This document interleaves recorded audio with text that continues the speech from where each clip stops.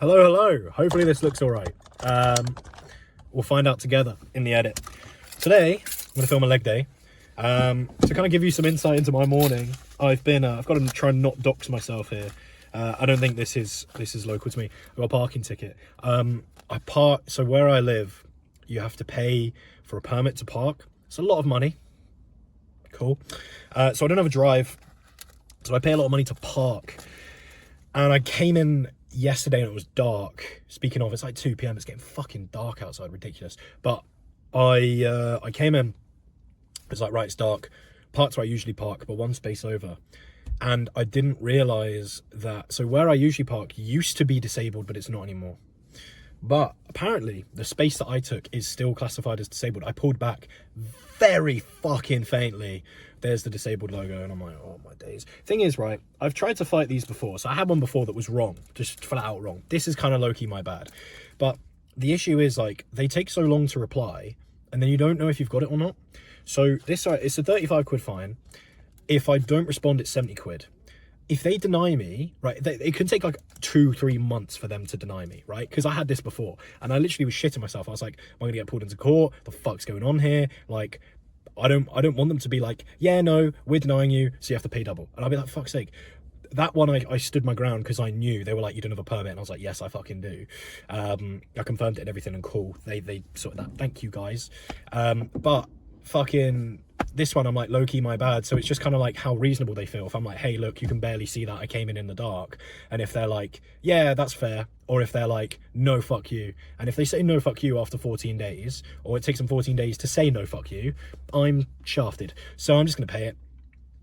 So that's today's leg day motivation, is to work my legs so hard that I get a blue badge. That's a joke. It's a very edgy joke. I feel like I'm allowed to say that. I've got a lot of disabled family members and friends. Hopefully that's okay.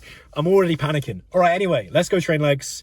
Yeah, currently sitting at 210 pounds and I look all right. Pictures somewhere on the screen from this morning. Let's go fucking do it. Come on. Hip abductor, here you go. You can see me fucking awkwardly getting into this. That's fun. So I make sure I'm really pulling on those handles hard, just to kind of keep myself locked in place. On these, because you're in a stable machine and you're not just like standing in the fucking air, you can actually put quite a bit of welly into your concentric. So don't be afraid to kind of really be explosive pushing together, particularly this machine.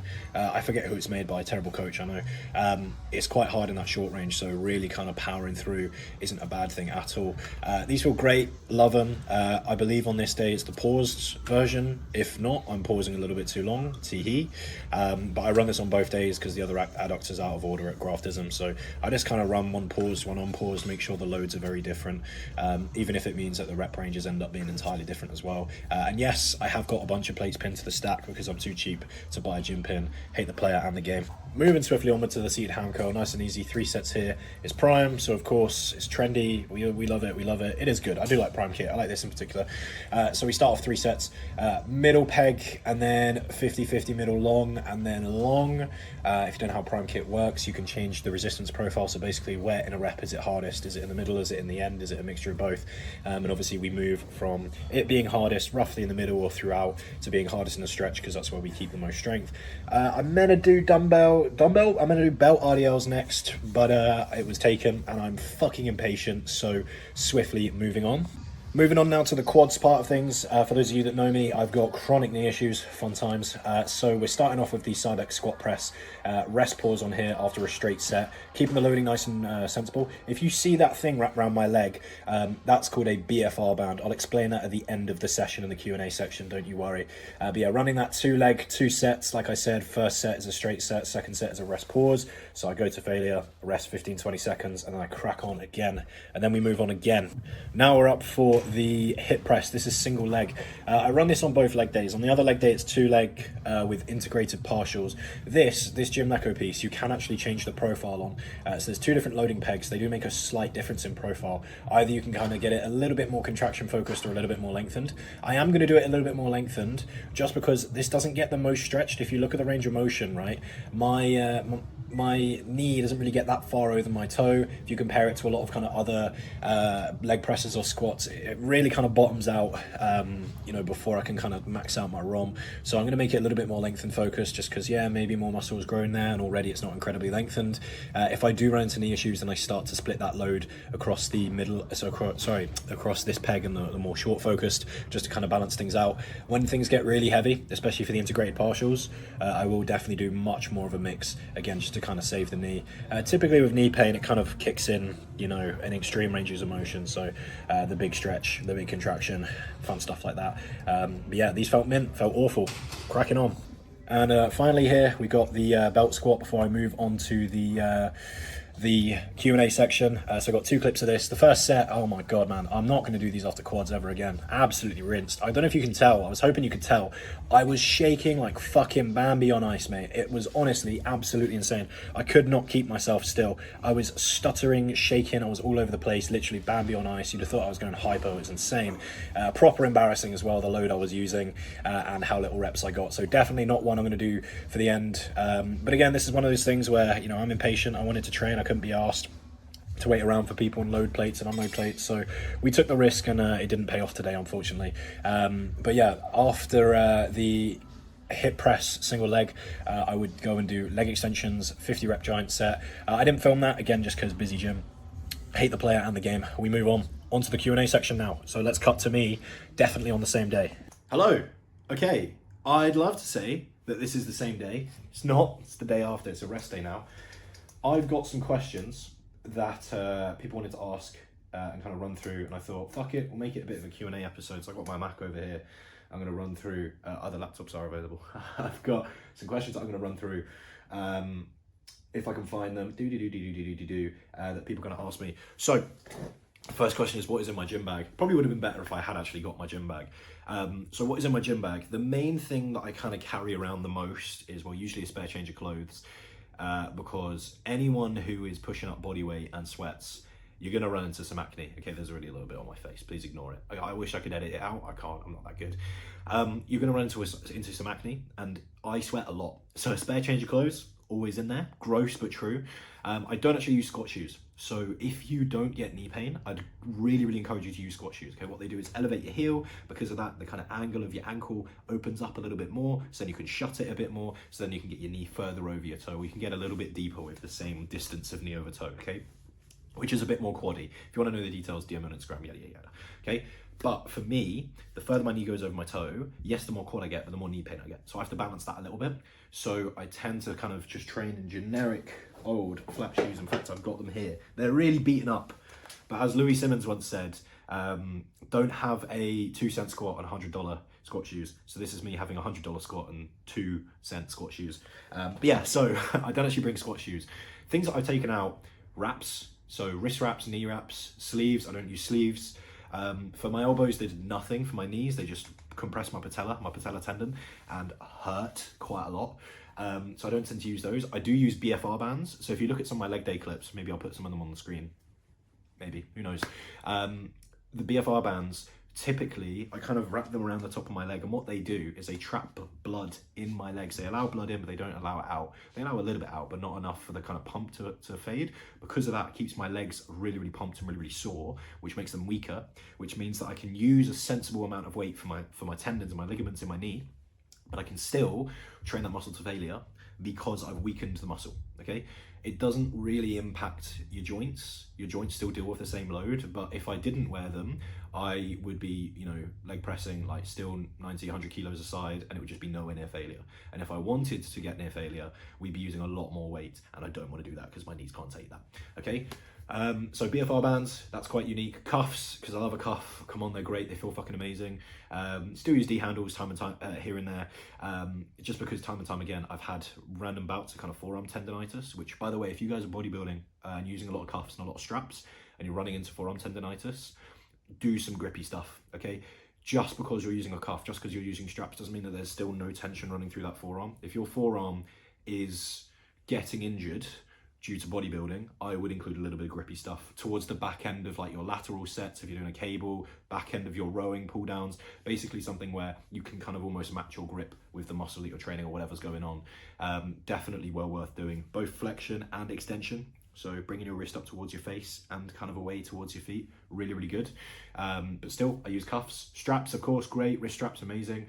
Wraps for my wrists, I don't feel the need to, just align it properly. Wraps for my knees give me pain. Wraps for my elbows did nothing for me. I don't really like them. I don't want to use equipment. I want to train as barefoot as I can as possible, as naked as I can as possible, just so it's me moving that load as much as possible, because that's the point of bodybuilding, okay? If I can put equipment on and lift heavier, I'm just subjecting myself to more and more load for absolutely no reason. Like, what is the point? You're just going to get into more joint issues, or at least I am anyway.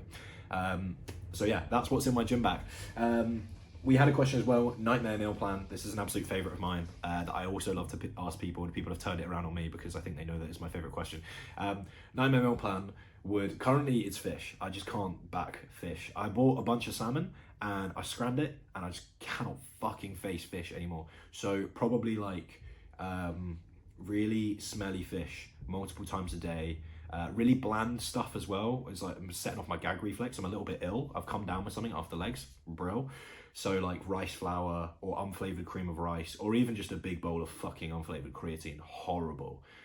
Anything like that, ugh, get that fucking out of my sight.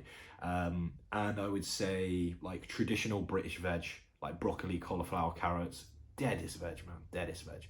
Team Mediterranean veg all day long. Peppers, sun-dried tomatoes, fucking courgettes, fun things. Fuck off the boring stuff. Get the fuck out of here. And then final question is plans for competition. So this is a great question. So currently I'm in a bit of a push-up phase. It's the heaviest I've ever been and my condition's really, really good. Again, you kind of saw pictures earlier on in the video, hopefully, we'll see. I don't really know yet, to be honest. I did a pre-prep diet. I felt really good. I wish I'd continued that one into prep, but me and Tom were like, nah, you know, we can kind of, it's only a pre-prep diet. Let's get to growing. Got into growing. Got a little bit scared of kind of body weight and body composition fading, even though it was still really fucking good. And then kind of like half-assed diet, was like, kind of wanted to diet, also didn't want to. Was talking to Tom, was kind of back and forth what we wanted to do. And so we're just like, right, let's commit to a gaining phase. I look better for it anyway, a lot less stress. Food's still pretty much where it was in the diet, to be fair. A little bit higher, but nothing crazy. But I'm feeling good, focusing on just building as much as possible. And in April, May, I'm going to do a diet. What that diet turns into, I don't know yet. Okay, I think one of the best things you can do as a bodybuilder is play to your strengths. If you are someone who likes kind of high pressure environments, right? So if you're someone who thrives on, I've got 20 weeks till prep, I've got 19 weeks till prep, I've got 18 weeks till prep, I better fucking send it. Cool, go for that. Absolutely do that. If you're someone who, like me, I'm definitely a warrior, right? Not a warrior, a worrier. Most people I think are kind of similar, can get quite anxious and neurotic about things that are fine.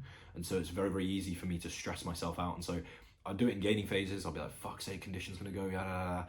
And I'll do it in a diet because I'll be like, oh my God, it's gonna get brutal. You know, scale weight's not moving. It's very, very easy to get caught up, particularly as a coach, because you want to do the best and you want to lead from the front and you want to show your clients how it's done. So you want to have a fast rate of gain, or you want to have a sensible rate of gain. You want to have a fast rate of loss. You want to make changes. You want to be like, oh yeah, I've been gaining for 20 weeks. I'm still just as lean. I've been gaining for 20 years. I'm just as lean. I'm fucking £1,000,000 heavier. Oh, I've been dieting for 2 days and I've lost 30 pounds. Like, all coaches, we want to do that. And I think that drive and that incentive can almost work against you. Particularly in my case, it definitely does. So it's kind of more a case of like, let's diet and see where we get to. So April, May, I'm going to diet. What I do with that, we'll see. Whether it's a mini cut, a prep, a photo shoot, whatever. After that, there will be, obviously, regardless of prep, photo shoot, whatever, mini cut, there'll be some kind of push up. And then if I decide the diet after that to go down and go into a show, then I'll do that. So I'm going to play to my strengths in that when I put myself in the day-to-day, I focus on, I still do the same things. It's me saying, oh yeah, I'm X weeks out from prep versus I'm 8 weeks out from prep.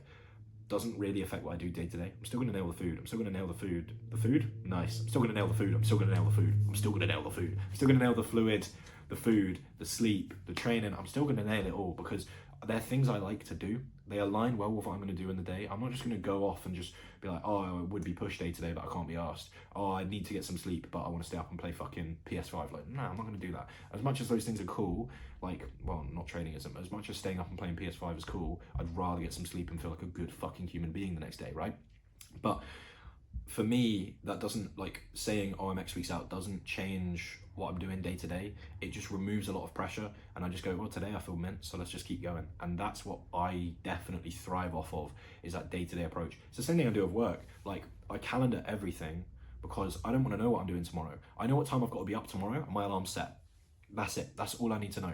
I know that I've got enough time to get up, get my meals sorted, get my walk sorted, and then get to work, and I will start work when I need to, based on when my alarm is. Okay, I couldn't really tell you when my alarm is.